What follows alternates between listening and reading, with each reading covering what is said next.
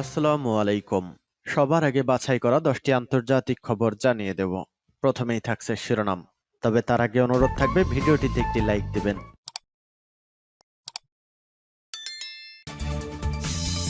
জানিয়ে দিব হাতে থাকা সর্বশেষ আপডেট আন্তর্জাতিক সংবাদ। প্রথমেই সংবাদ শিরোনাম। লেবাননের যুদ্ধবিরতিকে স্বাগত জানালো ইরান, হিজবুল্লাহর প্রতি সমর্থন। এরপরে জানিয়ে দিব মৃত্যুর 2 মাস পর হচ্ছে নাসরুল্লাহর দাফন অনুষ্ঠান। এদিকে দ্রুতগতিতে ইউক্রেনে অগ্রসর হচ্ছে রুশ বাহিনী। আরও জানিয়ে দিব ইসরায়েলের সঙ্গে যুদ্ধবিরতি চুক্তিতে রয়েছে যেসব শর্ত। সর্বশেষ জানিয়ে দিব গুপ্তচর বৃত্তির অভিযোগে ব্রিটিশ কূটনীতিককে বহিষ্কার করল রাশিয়া। এতক্ষণ শুনছিলেন সংবাদ শিরোনাম, এবারে বিস্তারিত। তবে অনুরোধ থাকবে ভিডিওটিতে একটি লাইক করবেন এবং কমেন্ট করে জানিয়ে দিবেন কোন জেলা থেকে আপনি আমাদের এই ভিডিওটি দেখছেন। লেবাননের যুদ্ধবিরতিকে স্বাগত জানালো ইরান, হিজবুল্লাহর প্রতি সমর্থন। লেবাননের ইসলামী প্রতিরোধ আন্দোলন হিজবুল্লাহ এবং ইহুদিবাদী ইসরায়েলের মধ্যে স্বাক্ষরিত যুদ্ধবিরতি চুক্তিকে স্বাগত জানিয়েছে ইসলামী প্রজাতন্ত্র ইরান। একই সাথে হিজবুল্লাহর প্রতি ইরানের সমর্থনের কথাও জানানো হয়েছে। যুদ্ধবিরতির চুক্তি এরই মধ্যে কার্যকর হয়েছে। ইরানের পররাষ্ট্র মন্ত্রণালয়ের মুখপাত্র ইসমাইল বাঘাই বুধবার বলেন, তেহরান অনেক আগে থেকেই ফিলিস্তিনের অবরুদ্ধ গাজা উপত্যকা এবং লেবাননে ইহুদিবাদী ইসরায়েলের আগ্রাসন অবিলম্বে বন্ধ হওয়ার উপর জোর দিয়ে এসেছে। এ ব্যাপারে গত 14 মাস ধরে ইরান ব্যাপকভাবে কূটনৈতিক প্রচেষ্টা চালিয়েছে। ইসমাইল বাঘাই আরও বলেন, আমেরিকা ও ইউরোপের কিছু দেশের পূর্ণাঙ্গ সমর্থন নিয়ে ইহুদিবাদী ইসরায়েল যুদ্ধকামী নীতি অনুসরণ করেছে এবং বর্বরতা চালিয়েছে। তার ফল হিসেবে ফিলিস্তিন এবং লেবাননে 60,000 মানুষ শহীদ এবং 1,20,000-এর বেশি মানুষ আহত হয়েছেন। এছাড়া উদ্বাস্ত হয়েছেন 35 লাখ মানুষ। ইসরায়েলি আগ্রাসনে গাজা ও লেবাননে ধ্বংস হয়েছে গুরুত্বপূর্ণ ও স্পর্শকাতর সব অবকাঠামো। ইরানি মুখপাত্র বলেন, যুদ্ধবিরতির পর এখন দখলদার অপরাধীদের ফাঁসি এবং শাস্তি নিশ্চিত করার দিকে বিশ্ববাসীকে মনোযোগ দিতে হবে। এদিকে যুদ্ধবিরতি চুক্তি কার্যকর হওয়ার পর যুদ্ধে হিজবুল্লাহ দৃঢ়তার ব্যাপক প্রশংসা করেছে আঞ্চলিক প্রতিরোধ সংগঠনগুলো। এ নিয়ে ইরাকের কাতাইব হিজবুল্লাহ এবং ইয়েমেনের আন-নাসরুল্লাহ আন্দোলন আলাদা বিবৃতি দিয়েছে।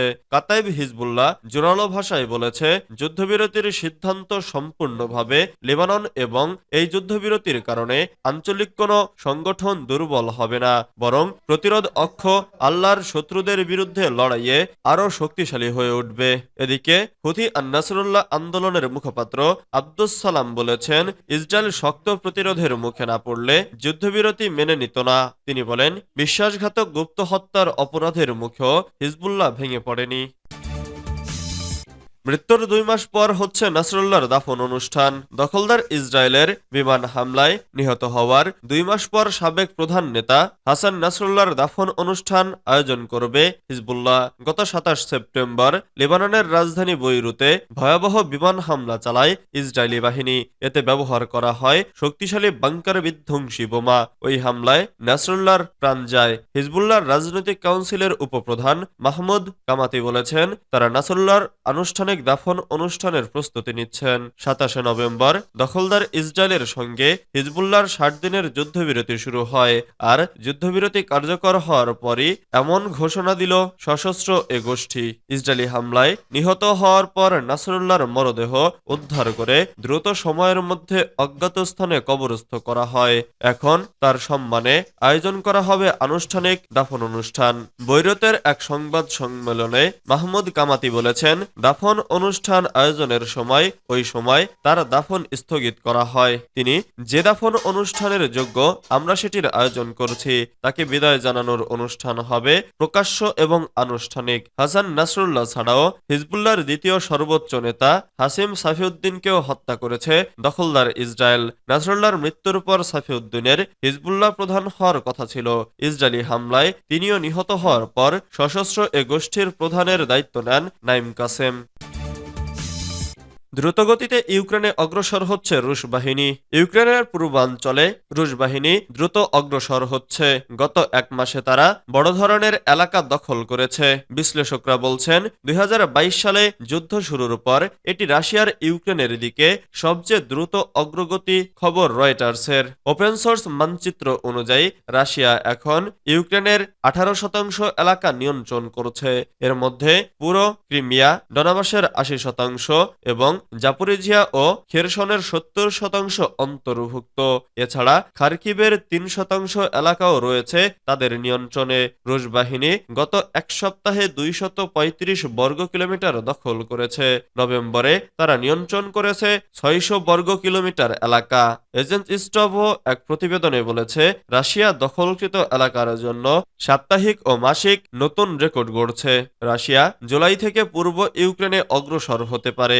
একই সময়ে ইউক্রেন পশ্চিমাঞ্চলীয় তুরস্কের একটি ছোট অংশ দখল করে। এরপর রাশিয়ার অগ্রগতি দ্রুত বাড়তে থাকে। দনেৎস্ক অঞ্চলে রুশ বাহিনী পোকরোভস্ক শহরের দিকে অগ্রসর হয়েছে। তারা কুরাখোভ শহরেও প্রবেশ করেছে। বিশ্লেষকদের মতে রাশিয়া ধীরে ধীরে এলাকাগুলো ঘেরাও করছে। এরপর আর্টিলারি ও গাইডেড বোমা দিয়ে আক্রমণ চালাচ্ছে। ইউক্রেনীয় প্রেসিডেন্ট ভলোদিমির জেলেনস্কি জানিয়েছেন রাশিয়ার দখলকৃত সব এলাকা ফেরত না পাওয়া পর্যন্ত শান্তি সম্ভব নয়। তবে ইউক্রেনের সেনাবাহিনী নৌ ও সরঞ্জাম সরবরাহের চাপের মুখে রয়েছে। ইসরায়েলের সঙ্গে যুদ্ধবিরতি চুক্তিতে রয়েছে যেসব শর্ত। লেবাননে 1 বছরের বেশি সময় ধরে চলা যুদ্ধের সাময়িক বিরতিতে সম্মত হয়েছে ইসরায়েল। যুক্তরাষ্ট্রের মধ্যস্থতায় দুপক্ষের মধ্যে যুদ্ধবিরতি চুক্তি হয়েছে, যা বুধবার 27 নভেম্বর ভোর থেকে কার্যকর করা হয়েছে। বেশ কয়েকটি শর্তে দর কষাকষির পর যুদ্ধবিরতি চুক্তি হয়েছে। বুধবার 27 নভেম্বর ইসরায়েলের সংবাদ মাধ্যম টাইমস অব ইসরায়েলের এক প্রতিবেদনে এ তথ্য জানানো হয়েছে। প্রতিবেদনে বলা হয়েছে বুধবার মধ্যরাতে ইসরায়েলের প্রধানমন্ত্রী বেনিয়ামিন নেতানিয়াহু যুদ্ধবিরতির ঘোষণা দিয়েছেন। প্রাথমিক অবস্থায় 60 দিনের যুদ্ধবিরতির ঘোষণা করা হয়েছে, যা পরবর্তীতে আরো বাড়ানো হতে পারে।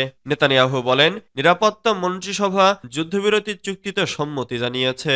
তিনি হুঁশিয়ারি দিয়ে বলেন হিজবুল্লাহ যদি চুক্তির শর্ত ভঙ্গ করে তাহলে ইসরায়েল তাদের বিরুদ্ধে তাৎক্ষণিক ব্যবস্থা নেবে। চুক্তি অনুসারে আগামী 60 দিনের মধ্যে লেবানন থেকে ইসরায়েল তাদের সব সেনা প্রত্যাহার করে নেবে। অন্যদিকে হিজবুল্লাহ সীমান্ত থেকে সরে লিটানি নদীর অপর প্রান্তে সরে যাবে।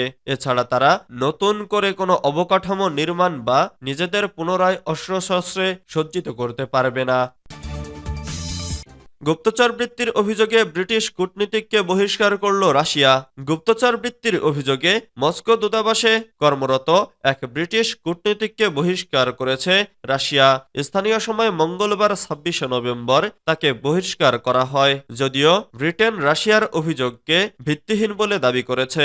রুশ পররাষ্ট্র মন্ত্রণালয় বলছে গুপ্তচর বৃত্তির আবরণ হিসেবে ওই ব্রিটিশ কূটনীতিক ইচ্ছাকৃতভাবে রাশিয়ায় প্রবেশের জন্য মিথ্যা তথ্য দিয়েছেন। এটি রাশিয়ার আইন লঙ্ঘন করেছে। মন্ত্রণালয় আরো বলছে নিরাপত্তা কর্তৃপক্ষ আমাদের দেশের ভূখণ্ডে তার গোয়েন্দা তৎপরতা ও নাশকতামূলক কাজের চিহ্ন শনাক্ত করেছে।